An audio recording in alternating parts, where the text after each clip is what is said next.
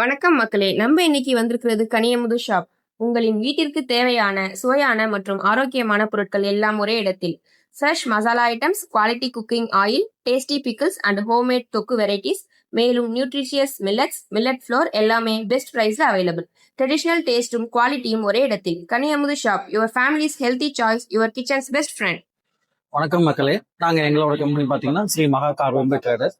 எங்களோட brand name பாத்தீங்கன்னா கனியமுது. நாங்க மரத்துக்கு ஆயில், மசாலா ஐட்டம், ஊறுகாய், மாவு ஐட்டம் இது எல்லாமே பாத்தீங்கன்னா நாங்க கல் திரவையிலிருந்து பண்றோம்.